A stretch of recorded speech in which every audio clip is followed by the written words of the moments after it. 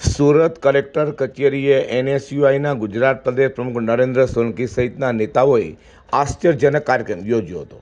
NSUI અને youth Congress દ્વારા કલેક્ટરાલ કચેરી પહોંચી બોગસમાં કામલ નર્સિંગ ઇન્સ્ટિટ્યૂટ દ્વારા વિદ્યાર્થીઓ પાસેથી લેવામાં આવેલી ફી અને ડોક્યુમેન્ટ પાછા અપાવવા માટે અને 20 વર્ષ કરતાં વધારે સમયથી ચાલતી સંસ્થા અનેક વખત વિવાદમાં આવી છે, પરંતુ આ દિન સુધી યોગ્ય પગલાં લેવામાં આવ્યા નહીં, જેથી આ સંસ્થાના વિરોધમાં એનએસયુઆઈ અને યુથ કોંગ્રેસ દ્વારા વિરોધ પ્રદર્શન કરવામાં આવ્યું હતું.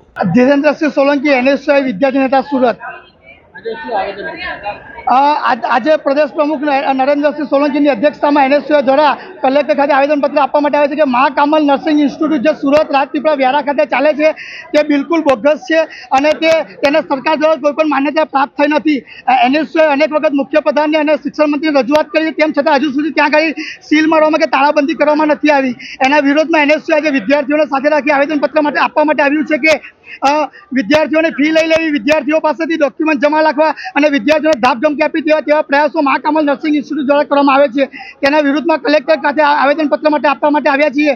જો ભવિષ્યમાં પણ વિદ્યાર્થીઓને ડોક્યુમેન્ટ પરત આપવામાં નહીં આવે, ફી પરત આપવામાં નહીં આવે તો એનએસયુઆઈની એક જ માંગ છે કે ગાંધી ચિંધ્યા માંગે શિક્ષણ મંત્રી હોય કે પછી ગૃહમંત્રી હોય તેનો વિરોધ કરવો પડે તો સંપૂર્ણપણે તમે વિરોધ પ્રદર્શન કરીશું.